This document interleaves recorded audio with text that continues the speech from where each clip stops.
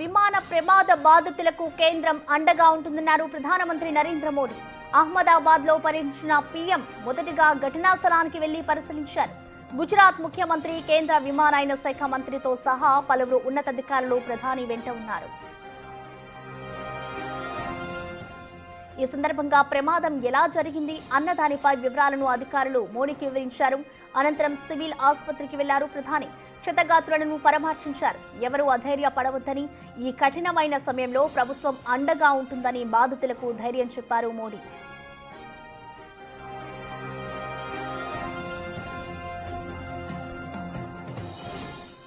ఈ ప్రమాదంలో బయటపడ్డ ఒకే ఒక మృత్యుంజయుడు రమేష్ ను ప్రధానమంత్రి పరామర్శించారు.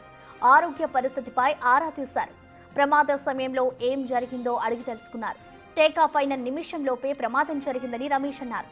తన ఎదురుగా ఇద్దరు ఎయిర్ హోస్టెస్ సిబ్బంది ఉన్నారని అన్నాడు. తాను ఎలా బయటపడ్డానో నమ్మశక్యం లేదన్నారు. తాను కూర్చున్న వైపు విమానం బిల్డింగ్ ను ఢీకొట్టకపోవడం వల్లే బతికి బయటపడ్డానన్నారు.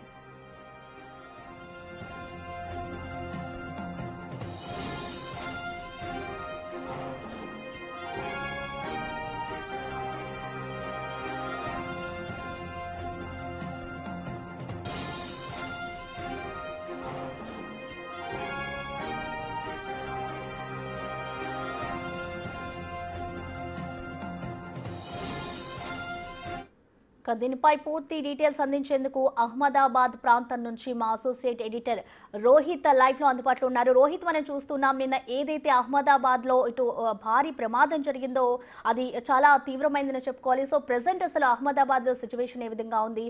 ఇటు మోడీ కూడా అటు ఘటనా స్థలానికి వచ్చి అంతా కూడా పరిశీలించారు కదా, సిచ్యువేషన్ ఎలా ఉంది?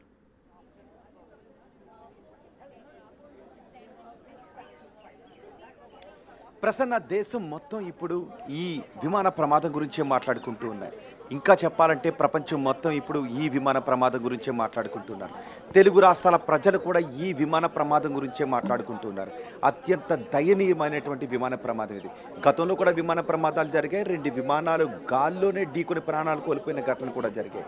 కానీ ఇక్కడ ఈ విమాన ప్రమాదంలో టేకాఫ్ అయిన 2 కిలోమీటర్ల దూరంలోనే విమానం ప్రమాదానికి గురి కావడం, ఏ సంబంధం లేని డాక్టర్లు ఈ విమాన ప్రమాదంలో మరణించడం, ఇది అత్యంత దయనీయమైనటువంటి ఘటన.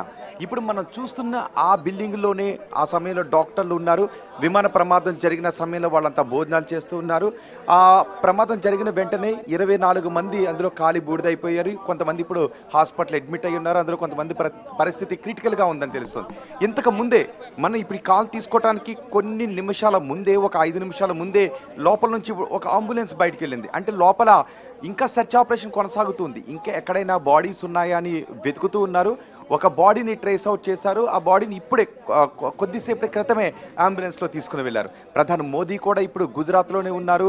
సివిల్ హాస్పిటల్లో ఉన్నారు. క్షతగాత్రులను, బాధిత కుటుంబ సభ్యులను పరామర్శిస్తూ ఉన్నారు. మీకు దేశం అండగా ఉంటుంది, మీరు ఎటువంటి ఆందోళన చెందనవసరం లేదని చెప్తున్నారు. సో ఈ ప్రమాదం ఎలా జరిగిందో మనం చూసాం. కానీ ఎందుకు జరిగిందో మాత్రం తెలియడం లేదు. ఈ ప్రమాదం ఎలా జరిగింది అని ఆశ్చర్యాన్ని వ్యక్తం చేస్తున్నారు. నిజానికి విమాన ప్రమాదాలు జరగడానికి చాలా కారణాలు ఉంటాయి. చాలా దూరం ప్రయాణించిన తర్వాత వాతావరణంలో వచ్చేటటువంటి మార్పులు, విపరీతమైన టర్బులెన్స్ కారణంగా విమాన ప్రమాదాలు జరగవచ్చు, పక్షులు ఢీకొట్టడం కారణంగా ప్రమాదాలు జరగవచ్చు, లేదంటే కొన్ని గంటలు ప్రయాణించిన తర్వాత ఏదైనా సాంకేతిక లోపం తలెత్తడం ద్వారా ప్రమాదం జరగవచ్చు. ఇలా ఏదైనా కారణం చేత ప్రమాదం జరగవచ్చు. కానీ ఇది అహ్మదాబాద్ ఎయిర్పోర్ట్ నుంచి టేకాఫ్ తీసుకున్న తర్వాత కేవలం 2 కిలోమీటర్ల దూరంలోనే ప్రమాదం ఎలా జరిగింది, ఎందుకు జరిగింది, ఎలా జరిగిందో మనం చూసాం. టేకాఫ్ తీసుకుంది, ఆ తర్వాత వెంటనే విమానం ఇక పైకి ఎగరలేకపోతుంది. మళ్ళీ ఆ రన్వే దాటి 2 కిలోమీటర్ల దూరం వచ్చిన తర్వాత ఆ మెడికల్ కాలేజ్ హాస్టల్స్ పై పడిపోయింది. సో ఇప్పుడు DGCA విచారణ జరుపుతూ ఉంది. ఈ ఏవియేషన్కి సంబంధించిన అన్ని డిపార్ట్మెంట్లు ఈ దర్యాప్తు చేస్తూ ఉన్నాయి. అంతేకాదు విదేశాలకు చెందిన ఏవియేషన్ డిపార్ట్మెంట్లు కూడా ఇక్కడికి వస్తున్నాయి. బ్రిటన్ ఏవియేషన్ డిపార్ట్మెంట్ కూడా ఇక్కడికి వచ్చి దర్యాప్తు చేస్తుంది. కానీ ఇది పైలట్ కంట్రోల్ చేయలేని ఏదో లోపం తలెత్తింది. పైలట్ చేతుల్లో లేని లోపం విమానం బయలుదేరిన వెంటనే తలెత్తింది. 2 ఇంజన్లు కూడా షట్ ఆఫ్ అయిపోయాయి. దానికి కారణం ఏంటి? నిజంగా విమానాన్ని చెక్ చేయలేదా? అహ్మదాబాద్ ఎయిర్పోర్ట్లో విమానాన్ని చెక్ చేయకుండానే, సర్టిఫై చేయకుండానే, ఫిట్నెస్ సర్టిఫై చేయకుండానే విమానాన్ని టేకాఫ్ చేశారా? నిజానికి ఫిట్నెస్ సర్టిఫై చేయకపోతే పైలట్లు అసలు విమానాన్ని తీసుకోరు, విమానాన్ని టేకాఫ్ చేయరు. సరైన రెస్ట్ లేకుండా ఉన్నా కూడా వాళ్ళు విమానాన్ని టేకాఫ్ తీసుకోరు. వాళ్ళ టైం అయిపోయి డ్యూటీ టైం అయిపోయింది అంటేనే పైలట్ విమానాన్ని తీసుకోడు.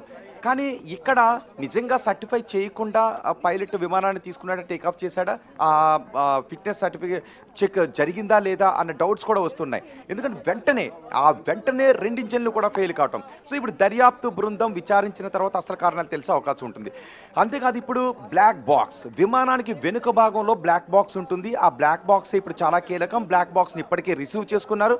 సుమారు 28 గంటల నుంచి 40 గంటల లోపులోనే, ఒక్కోసారి 30 గంటల్లోనే ఆ బ్లాక్ బాక్స్ని డీకోడ్ చేస్తారు. ఆ బ్లాక్ బాక్స్ని డీకోడ్ చేసిన తర్వాత అందులో సరిగ్గా ప్రమాదం జరుగుతూ ఉన్న సమయంలో పైలట్ ఏం మాట్లాడాడు, ఏటీసీతో ఏం కమ్యూనికేట్ చేయాలనుకున్నాడు. నిజానికి మేడే అని 3 సార్లు పైలట్ అన్నాడు. హై ఫ్రీక్వెన్సీతో రేడియో తరంగాలను పంపిస్తారు. దాన్ని ఏటీసీలో ఉన్న వాళ్ళు తీసుకుని వెంటనే కావాల్సిన సహకారాన్ని అందించడానికి అన్ని డిపార్ట్మెంట్లు కూడా అలర్ట్ చేస్తారు. కానీ ఇక్కడ కేవలం విమానం 600 అడుగుల పైకి వెళ్ళింది. అప్పుడే టేకాఫ్ తీసుకుంటూ ఉన్న సమయంలో మేడేని అనౌన్స్ చేశాడు. ఆ తర్వాత ఏటీసీ వెంటనే రియాక్ట్ అవడానికి ట్రై చేసిన విమానంతో సంబంధాలు తెగిపోయింది. ఆ సమయంలో లోపలున్న పైలట్ ఏటీసీతో ఏం చెప్పాలనుకున్నాడు అనేది ఆ బ్లాక్ బాక్స్ని డీకోడ్ చేస్తే మాత్రమే తెలుస్తుంది. సో బ్లాక్ బాక్స్ని డీకోడ్ చేయడానికి మరికొన్ని గంటల సమయం పట్టే అవకాశం ఉంది. బహుశా ఈరోజు రేపట్లోనే బ్లాక్ బాక్స్ని డీకోడ్ చేసే అవకాశం ఉంది. ఇప్పటికే ప్రధానమంత్రి ఇక్కడికి వచ్చి అధికారులతో మాట్లాడుతూ ఉన్నారు. విచారణ పూర్తి స్థాయిలో జరగాలి, నిష్పాక్షికంగా జరగాలి, 360 డిగ్రీస్ విచారణ జరగాలి అని. సో ఆ విచారణ జరిగిన తర్వాత బాధ్యులను కఠినంగా శిక్షించే అవకాశం ఉంది. బాధ్యులు ఎవరో తెలిసే అవకాశం ఉంది. మరోవైపు ఇక్కడ ఈ సివిల్ హాస్పిటల్ దగ్గర పరిస్థితి చూస్తే చాలా దయనీయంగా ఉంది. తమ వాళ్ళని కోల్పోయిన వాళ్ళ కుటుంబ సభ్యులు అక్కడికి వచ్చి ఆర్తనాదాలు చేస్తున్నారు, గగ్గోలు పెడుతున్నారు.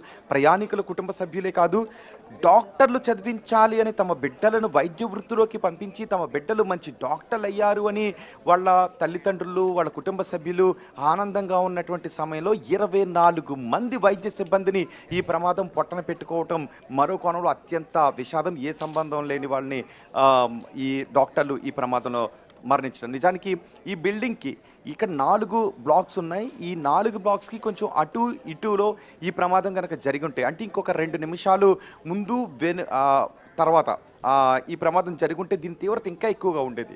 జనాలు వెళ్తున్నటువంటి రోడ్లపైనో లేదంటే ఇంకా ఎత్తైనటువంటి బిల్డింగ్స్ ఉన్నాయి, అపార్ట్మెంట్స్ ఉన్నాయి, వాటిపైనో ఈ విమానం పడి ఉంటే దాని తీవ్రత ఇంకా చాలా ఎక్కువగా ఉండేది. ఇప్పుడు అదే భయాందోళన వ్యక్తమవుతుంది. నా వెనక కూడా మీరు చూడొచ్చు, మొత్తం మీడియా అంతటినీ కూడా ఇక్కడ ఆపేశారు. ఇప్పుడు నేను ఉన్న ఈ ఏరియాలో మీడియా సిబ్బంది అంతా కూడా ఇక్కడే ఉన్నారు, పోలీస్ సిబ్బంది అంతా ఇక్కడే ఉన్నారు.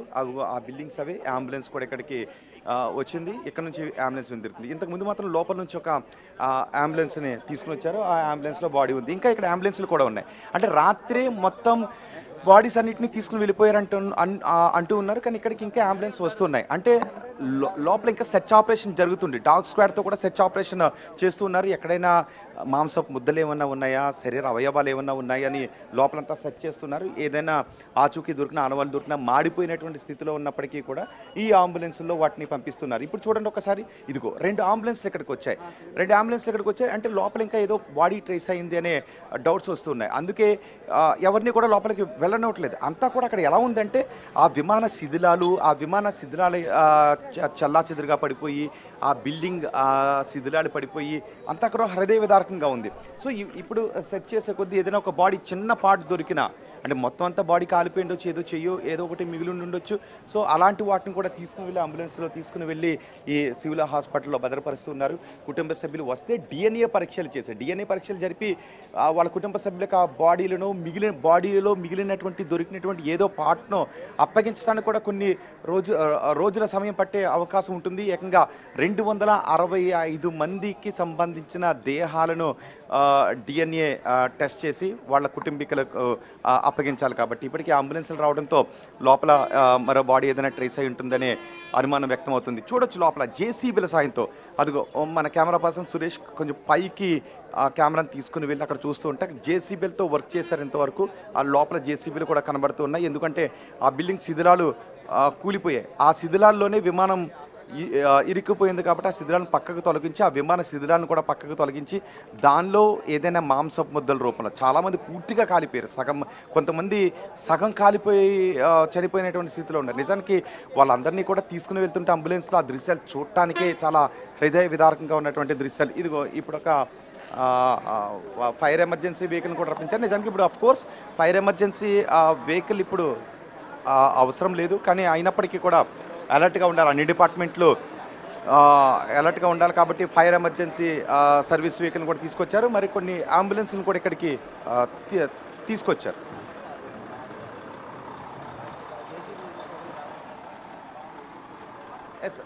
లోపల ఒక జేసీబీలో నుంచి కొంచెం పొగలేదో వచ్చిందని చెప్తున్నారు. వర్క్ చేస్తున్న జేసీబీలో నుంచి, అందుకే ఫైర్ ఇంజిన్స్ కూడా తీసుకొచ్చారు. బహుశా జేసీబీ కూడా ఇప్పుడు అగ్ని ప్రమాదం ఏదో సంభవించిందనే అనుమానాలు వ్యక్తమవుతున్నాయి.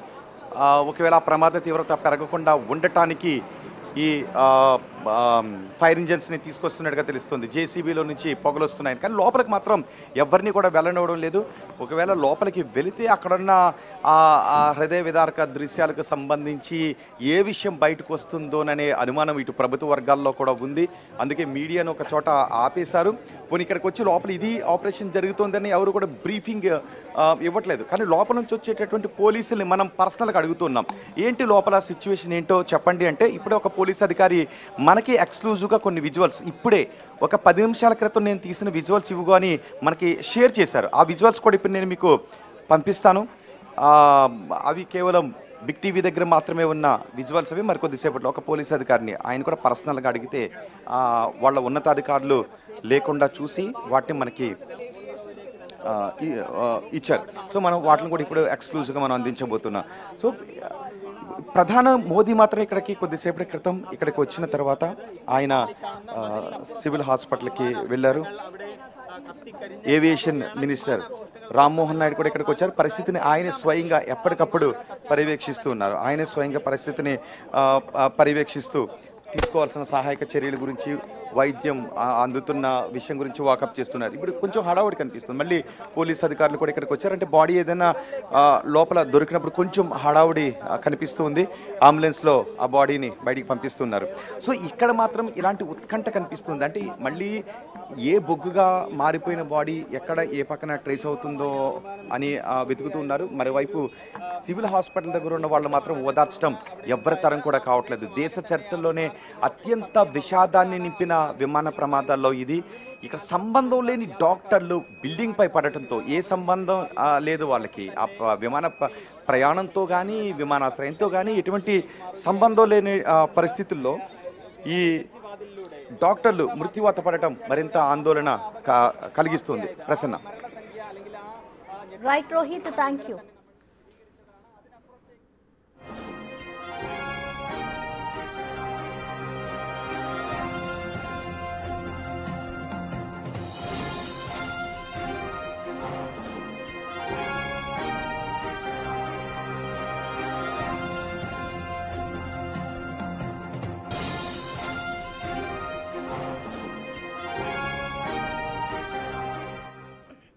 ఇక నిన్న ఏదైతే అహ్మదాబాద్లో ఘటన చోటు చేసుకుందో, ఇటు మెడికల్ కాలేజీ వద్ద పరిస్థితి అంతా కూడా చాలా దయనీయంగా ఉందని చెప్పుకోవాలి.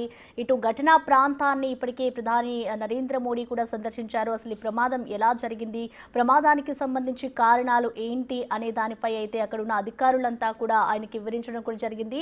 ఇటు ప్రస్తుతం మనం చూసుకోవచ్చు, ప్రమాదానికి సంబంధించి ఇందులో చాలా మంది ప్రయాణికులు కూడా మరణించారు.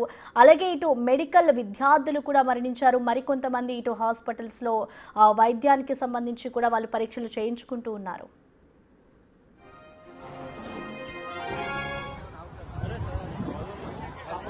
कौन है भाई?